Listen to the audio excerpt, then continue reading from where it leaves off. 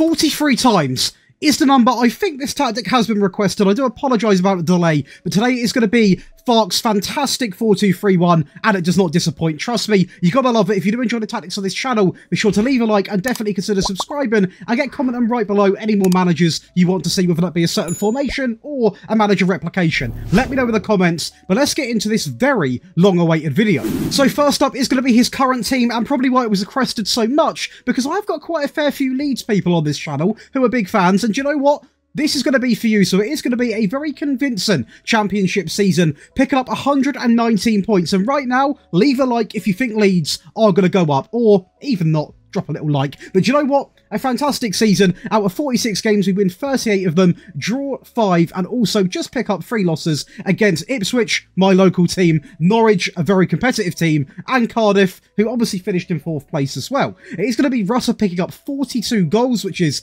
absolutely incredible. Also picking up the highest rating at 7.27, and it is going to be Jaden Anthony picking up 17 assists, so a very good season from him as well. If that's not enough for you, by the way, I just noticed this. We actually got to the finals of the Carabao Cup, where unfortunately it would have been a big ask. We do lose to Liverpool. In terms of the league, 152 league goals, only 37 goals conceded. So not really too much to hate about this tactic at all. I mean, everything really going in our favour, apart from obviously the rest of the English Cups. What about the team stats? Well, the team stats, guys, we're going to feature in quite a fair few of them. That's going to be 6 to be exact. The most points per game at 2.59, the most goals at 152, the most shots at nearly 790, over 850 dribbles made, which is absolutely incredible, the fewest conceded, and also joint with Leicester with 21 clean sheets. So, defensive excellence, great on the ball, having shots at goal, scoring goals.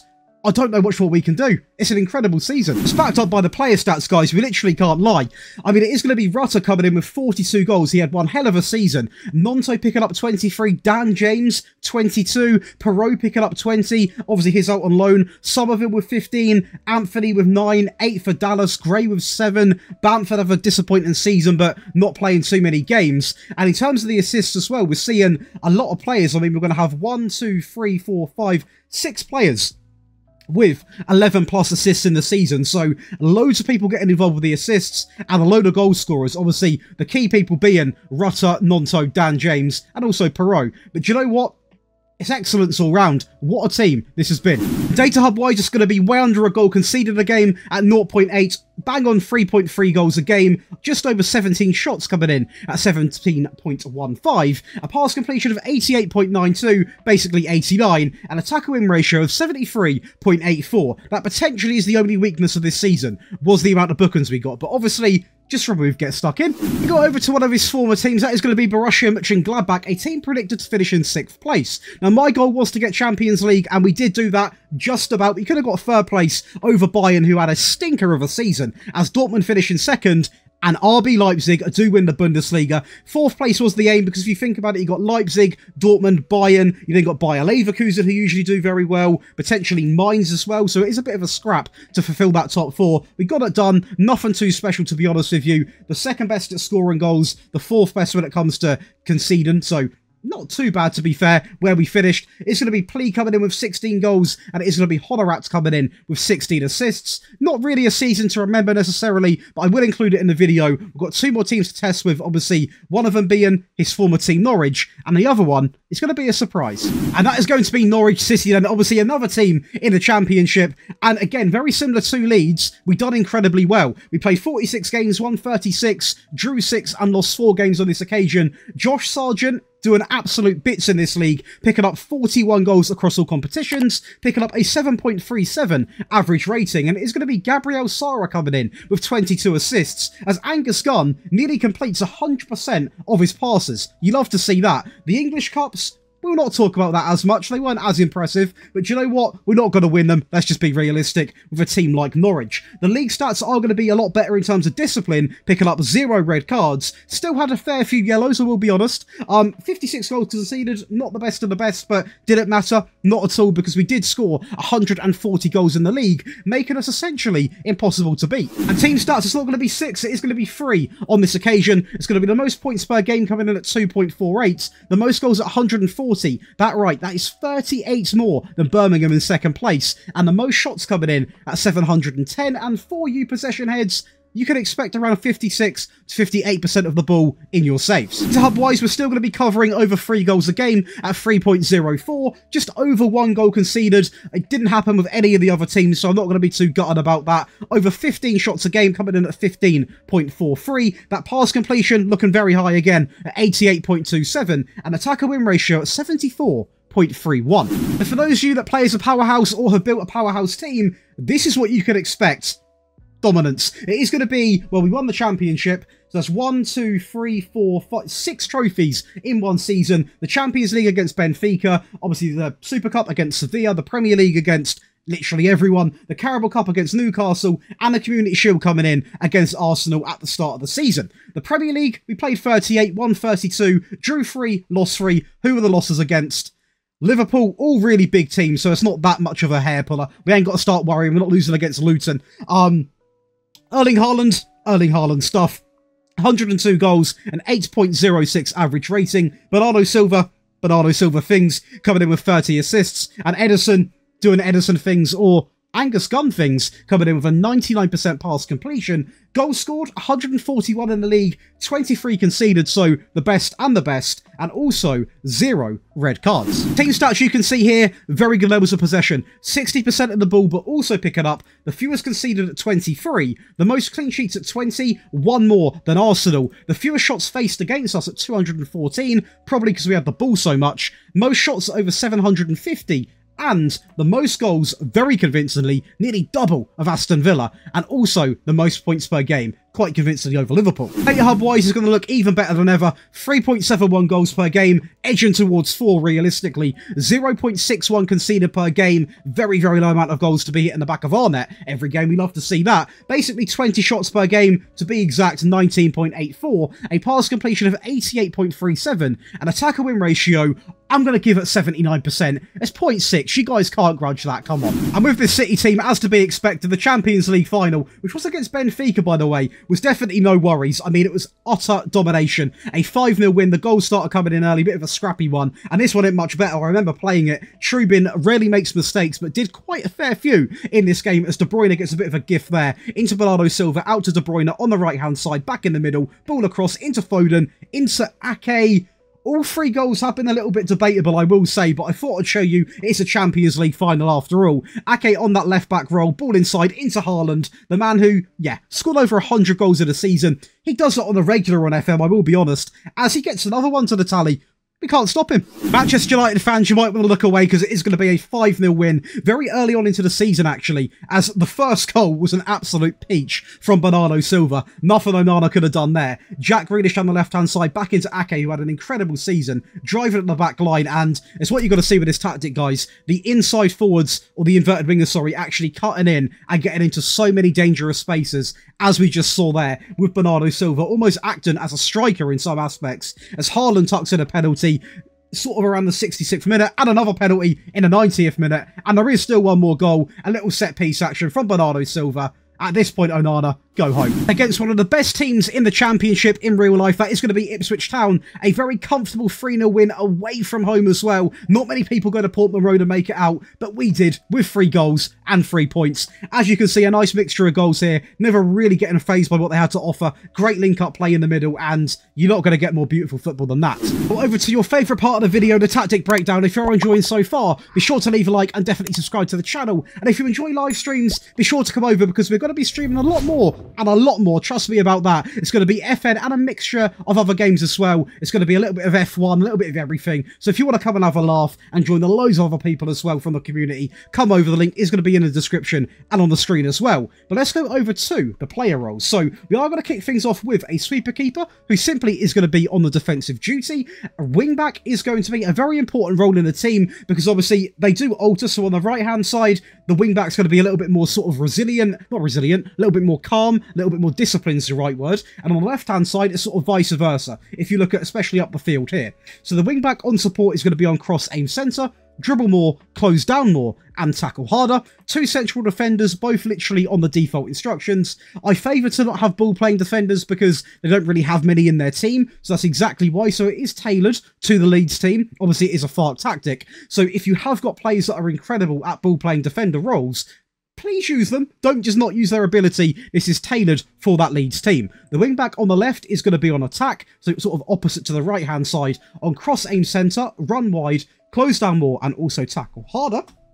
In the middle, we're going to have a ball-winner midfield player coming in on support, on hold position, and also mark tighter. A real sort of hard worker in this team, and one which does provide and supports the whole team. And talking of support, I do want to thank all of the names coming down the screen right now. These are going to be new or existing Patreons. There's over 1,150 of you guys right now. Absolutely mental. I can't blame you though. Over 8 perks, including access to all 3 of these tactics in one simple download. Early video, early tactic release, priority in the requests, giveaways, so much more. You can check this cool stuff out in the description below and also on the screen. Next to him, a box-to-box is going to come in simply on a supportive duty. So quite a balanced midfield, one which is going to protect the back 4 and one which will help defend, but also is going to push up and contribute to what the front 4 can offer. On the right-hand side, an inverted winger is going to come in on attack, simply on tackle harder, and on the left-hand side, it's going to be an inverted winger on support, on get further forwards and tackle harder. So the left-hand side is going to feature a supportive role and an attacking wing-back. On the right-hand side,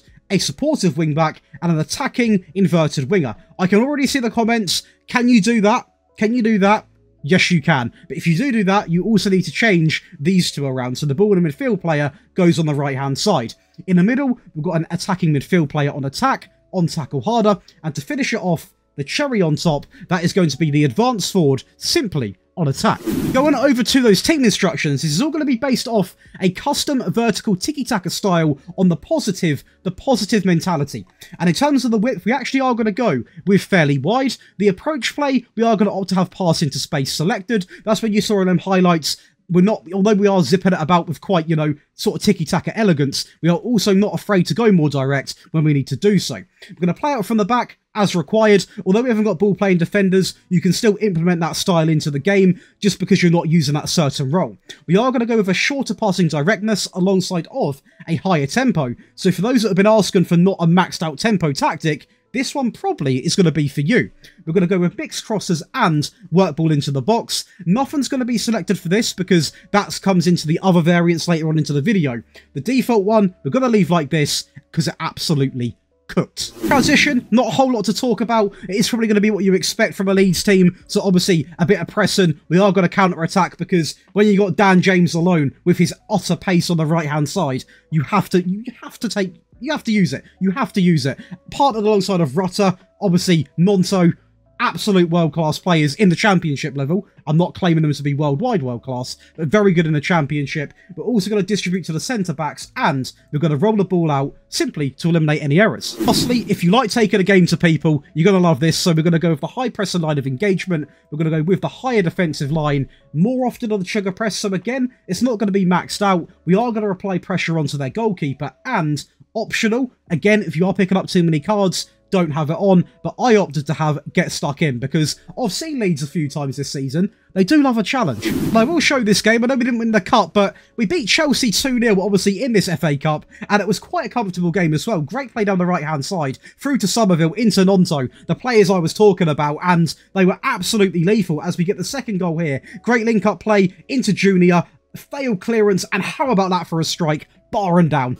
We also had some easier but higher scoring games and a 5-0 win over Rotherham, as it's going to be straight back post with a header. A very easy goal for him. Someone as tall as him is pretty much a penalty. Junior down the left-hand side into Perot, a striker who wasn't starting a lot of games but picked up a lot of goals, so not going to complain at all. A bit of a failed clearance there as we bring it back into the middle, into Junior. Nice zip-zap play. And Dan James in FM can actually finish. Not in real life, though, in my opinion. But that's a conversation for another day, as Spence just completely obliterates that Rotherham midfield.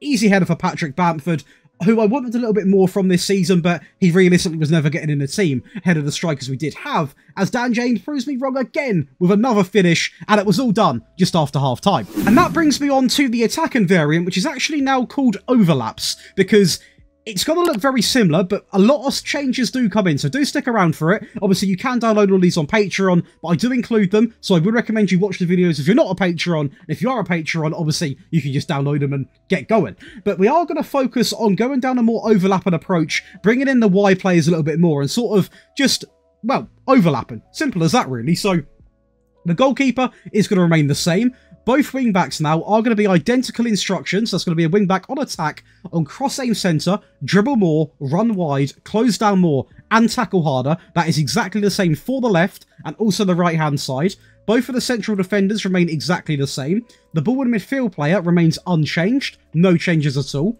The box-to-box has a couple of additional instructions. Move into channel, so he is literally going to be drifting about all in these sort of different areas. And also get further forwards.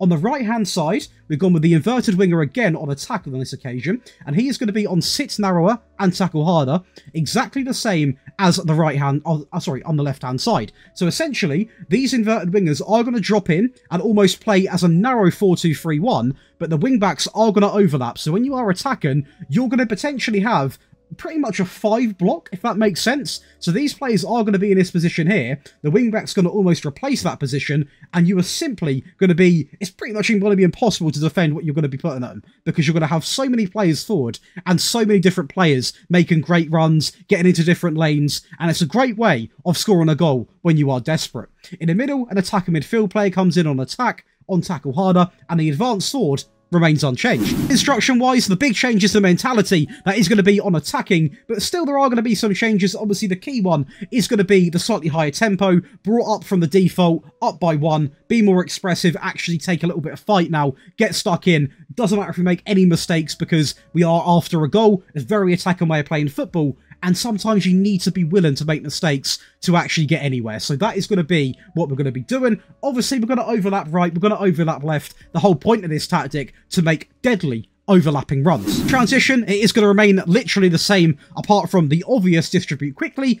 Pretty obvious. If you're chasing the game, chasing the goal, you need to get the ball moving ASAP. In terms of out of possession, the one key change is going to be the maxed out trigger press. That is simply it. We're really going to start taking the game to them now. Now, if your players are absolutely knackered, they can't physically do it, you run out of substitutes, obviously bring it down to what we had in the default variant. But if you can max it out, I would recommend it, because an attacking tactic is about just trying to get a goal. So you just need to have your players work hard. Simple as that. And lastly, we've gone for a safe variant, a defensive variant. I've not titled it that today because I would actually take this into games as well. If you are sort of a relegation team, a Luton, Nottingham Forest, them sort of standard of teams, you could easily go into a game like this. The goalkeeper is going to remain the same. The wing-back on the right is going to be on defend, simply on close down more and tackle harder. So very risk-free right-back. Both central defenders are going to be on default, but both now are going to be on take fewer risks in terms of their passing side of the game. And the wing-back on the left is also going to be exactly the same as on the right, on defend, on close down more, and also tackle harder. In the middle, we are going to have a ball and a midfield player coming in on defend, simply on mark tighter, so exactly the same role, but now on defend instead of a supportive duty. And in the middle, next to him, a central midfield player, simply on the default, no custom instructions. No, I've not made a mistake, we simply want him as the default. On the right-hand side, we're going to have an inverted winger on tackle harder, exactly the same on the left-hand side, so nothing too special there. And in the middle, an attacker midfield player almost on the default instructions, but we are going to have tackle harder because Leeds do love a challenge. That is the Farke way. And up top remains unchanged in all variants, the advanced forward simply on attack. Now, team instructions. It is going to be based off a balanced mentality. And we are going to go to the attack and width, which is going to be fairly wide. We're still going to pass into space, and we're still going to play from the back. The big change comes here, right now. So, the tempo remains the same. The directness drops down to a much shorter style, because we are trying to maintain the ball. Hence why we have got be more disciplined and dribble less. So a lot more of a possession-based 4-2-3-1. And the reason why I keep banging on about you can use this is because you can take this into a game against a big team or even a mid-table team if you're like a Luton, and you can pass the ball about with no real risk, get a feel for the game, and do you know what? If you're playing somewhat decent, then you can maybe go to the balance variant and start taking the game to them. But to go into a game, get a feel for the game, see what they're about, there's no better way than doing it like this. And we are going to work the ball into the box alongside of mixed crosses. Transition, pretty basic, counter-pressing style, counter, distribute to centre-backs and roll it out. Now, I know there's going to be some questions. Josh, if you're so adamant on playing possession, why are you going to hit on the counter directly? Simply because without it on, there's not going to be too many sort of goal-scoring chances. When we're on the ball without directly winning it back, like is in an instant flash, then we can sort of pass it side to side and maintain the ball. But say we win the ball back anywhere on the field, sort of pass in their half, I want the players to counter-attack.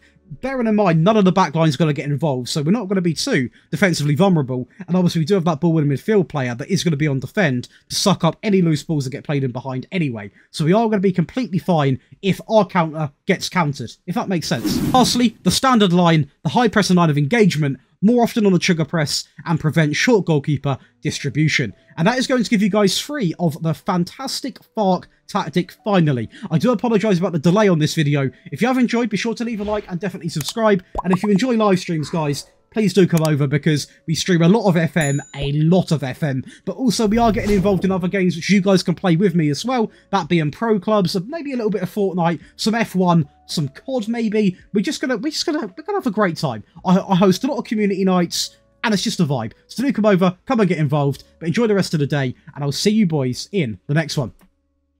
And if you guys did enjoy today's video, here are going to be a couple more videos I'm sure you're going to love. Down here, you're going to see my previous video, and here is going to be a video I personally recommend for you guys to check out. Trust me, you're going to love it.